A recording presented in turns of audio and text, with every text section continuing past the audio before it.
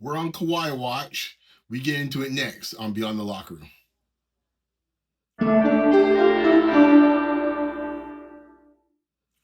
We're in the middle of the lazy summer, the slow time of the sports schedule.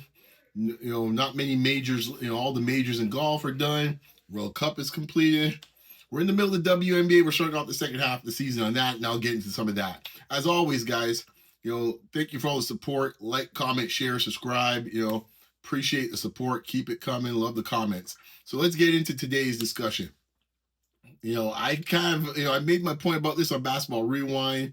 I've discussed it on some spaces. And we're back here with Kawhi again. This news came out on Friday where pretty much the NBA said that this investigation may not wrap up till sometime in 2027. Yes, folks, if you just arrived to the party, 2027 is when this will wrap up. Now, there's a lot of discussion. There's a lot of discussion going around. It's like, 2027, what's taking so long? This, that, the next thing. What's the NBA doing? What's Adam Silver doing? So on and so forth. I would say I was coming home. This must have been Thursday evening. Now I was listening to, I sporadically listen to Sid Ciciero's podcast, but it came up in the old algorithm. And he was discussing Kawhi. So I said, okay, let me hear. I hadn't heard his take about what's going on with this thing, but I was curious. And I'll be honest with you, what he had to say, and check it out for yourself. Maybe I'll put a link below on it. Check it out for about maybe the 19-minute mark because he's talking about some other stuff prior to it that's not pertinent to this discussion. But the Kawhi stuff was a very interesting take, and I actually have the same take, and I've kind of mentioned it, but I think obviously being Sid, it was a much more stronger, aggressive take, let's put it that way, which I can be at times as well, too, so I can appreciate a take like that once in a while. And what he had to say kind of, and not completely, but summed up a lot of where I've been on this from the jump. And where he went with it was, and maybe I don't know, maybe because I don't know if you've ever worked in corporate Canada, maybe you see it with a different lens and seeing it as a basketball story and seeing it as a business story. And maybe that's where the difference comes into it. Because I see it as a business story. Because I'm looking at it from the perspective that if you have a conglomerate, in this case MLSC, and it has different divisions that because they're so large in their own right as entities, they need their own quote CEOs of some sort, which, let's face it, most of that, with the exception of the real estate arm, are all sports teams. Marlies, Argos, TFC, of course the Maple Leafs, and the Raptors. So now you're head of that particular division or arm of the conglomerate, the Raptors.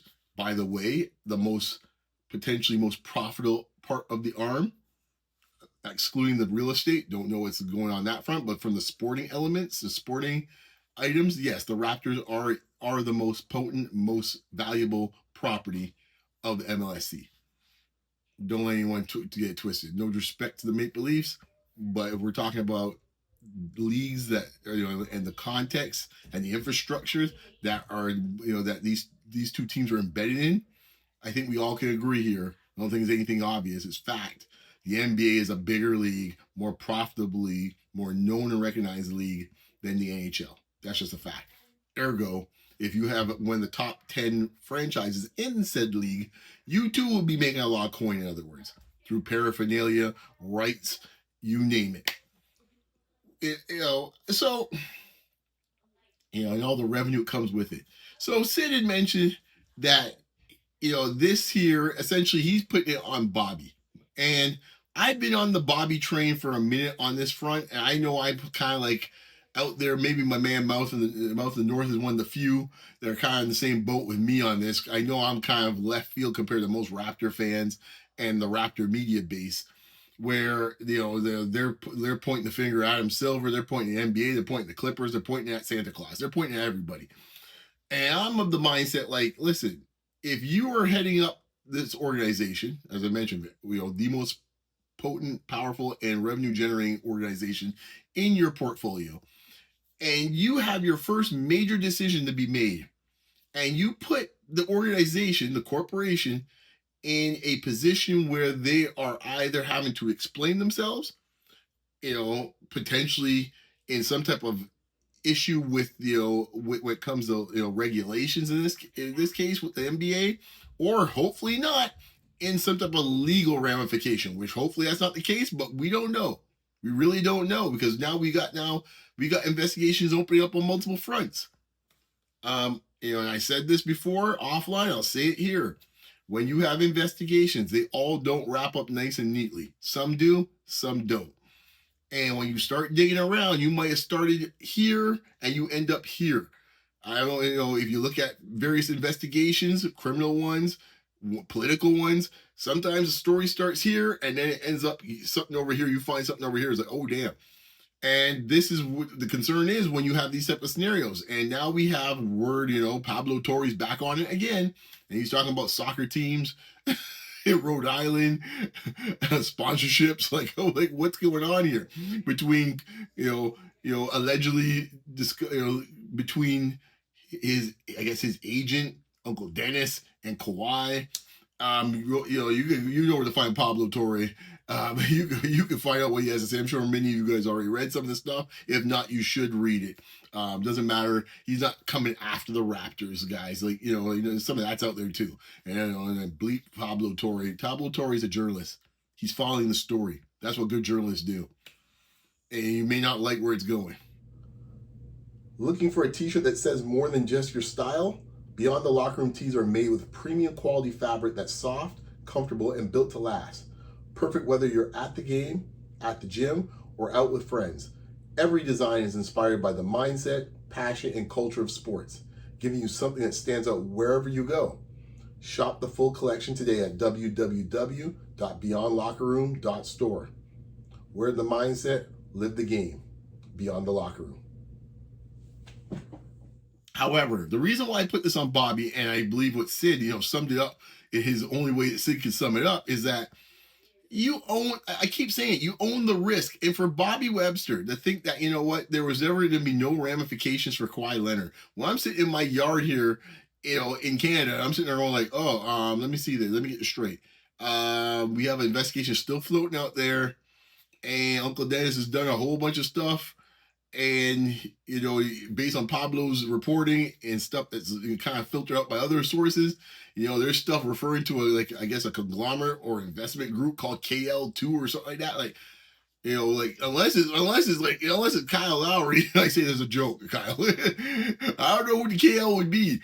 And so to think that Kawhi Leonard had nothing to do with any of this is beyond past a reasonable doubt in this case. Like, you gotta use your common sense. And for Bobby to go head first and diving right in. If you recall the day when free agency started, most of us thought the leverage was with the Raptors. But how things played out, it looked more and more as if the leverage was with the Clippers. The Raptors seemed to be more of the desperate organization to get the deal done. Now, Sid also mentioned, I think to give him full credit on this one as an observation. I think it's an interesting observation. Who stopped the deal from going through? Fantastic question. Because if you think Bobby's the one that stopped the deal going through, and maybe that is the case, as Sid made an interesting point, when the deal was done, when the deal everyone thought was done, we're like a week away, I think a full week, 2 weeks, I think when Kyle Lowry's retirement happens, like 2 weeks in free agency at that point. Who was right there that Bobby brought up there, to dap up, Kyle Lowry, the other KL. It was Kawhi Leonard. He's up in the gym. He's getting shots up there, everything like that. Bobby's up there too. They're all grinning and having a good old time. So Sid's point is, he don't seem like the guy who's looking to stop the deal. He like, we're done. We're good. For a deal to be stopped like that, he could stop it. Keith Pelly could stop it.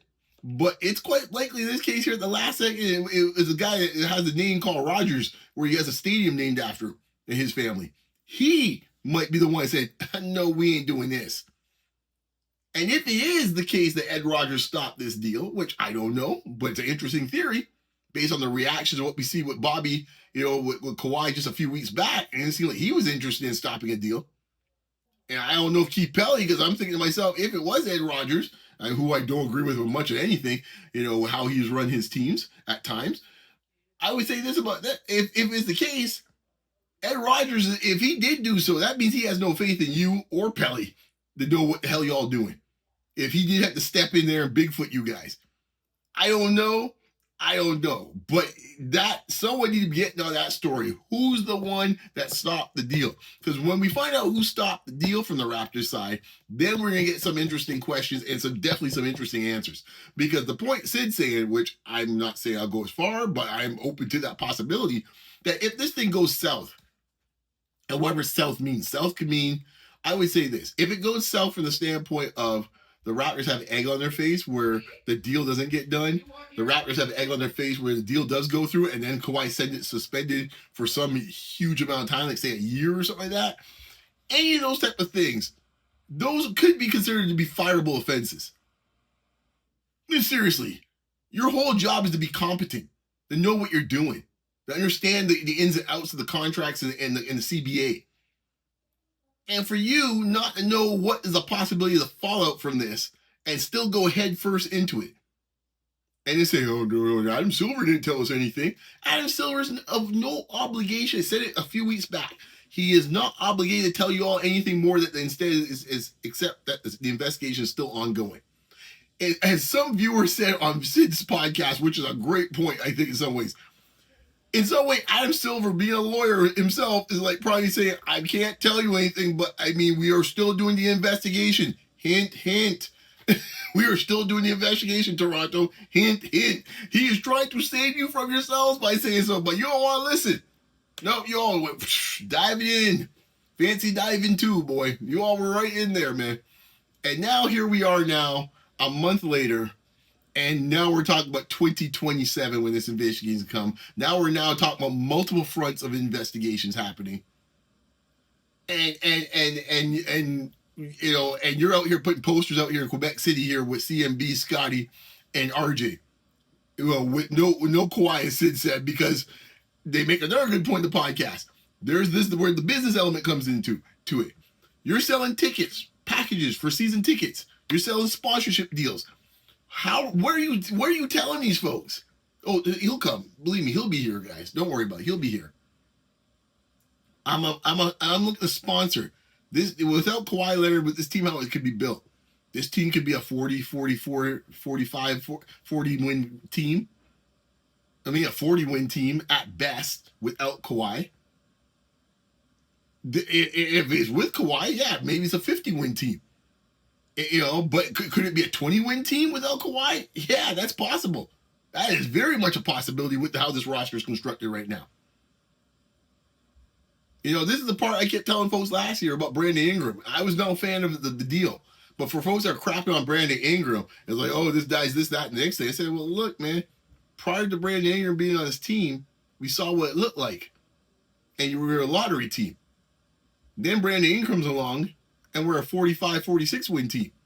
Wherever you want to say, however he plays, he was impactful for the team winning. That's just a fact. That role he played of being a fairly consistent scorer every night that you can rely on, it matters.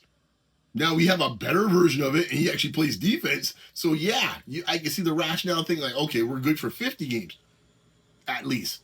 That's a fair point, possibly. But if he ain't playing, that's a problem. That's a problem for your coaching staff. That's a problem for the other players that know when he's not coming. And I like the championship team that had a whole bunch of vets that could deal and roll with the punches. Vets like Ibaka, vets like Lowry, vets like Gasol. You know, all those type of vets like that. You know, and guys that have personality, like Fred in this case, and Siakam, that are mature for their career at the stage of their careers, that can handle the changes around them from a Kawhi be on your roster in and out of lineups, and they play with each other for a certain amount of time already. That's not this team. This team's a much younger team. Now, the positive part about it is there's plenty of minutes out there for you kids. CMB, Graves, you know, my man there, Walter. You know, hey, there's plenty of minutes for you. Have at it. Have at it. But overall, when you're looking at it from a business standpoint, you're looking at here going like, okay, I have sponsors, I have season ticket holders, I have trying to sell packages for things. This is all a big gray cloud around this, which is what you do not want. You don't want this. I would say right now, and I'll make this my last point. I will say this right now. If the Raptors, if Kawhi Leonard is suspended as a Raptor for, say, 20 to 25 games, I would say even up to 40 games, Raptor fans, take that as a win and just go. Zip it up, button it up, and move on. Because right now, how things are looking, I agree with Sid on this one too. How things are looking right now, how the goalposts are shifting, you take 40 games and call it a day at this point, based on wherever they're turning up and wherever they're not turning up. Like, these dudes here, these lawyers are working on here, they don't care if the Raptors or Clippers or anyone else are complaining about things. They are doing an investigation. And if they turn up stuff, especially if stuff in this case that turns up that is going to be going across and impacting federal or state laws, which we don't know yet. I'm not saying they are. That's what they're also looking into. That's the reason why they're doing their due diligence, to make sure the NBA itself, in this case, is not going to be on the hook for any of this. Like folks, man, like, we dealing with some serious stuff possibly with this stuff. Like, I don't think anyone's going to come out clean from a Kawhi standpoint or the Kawhi camp. I'm just being honest with you. What that looks like, who knows? Question I ask is, why did we get into this business in the first place? I'll leave it there, folks. We'll talk next time. As always, you can find me on Facebook, Blue Sky, X, and IG, as always, guys. And you can also find me right here on YouTube. Like, comment, share, and subscribe. Subscribing's for free, as always, folks, in these tough times. Anyways, guys, take it easy. Be safe out there. Enjoy the good weather, man. We'll talk next time. Peace.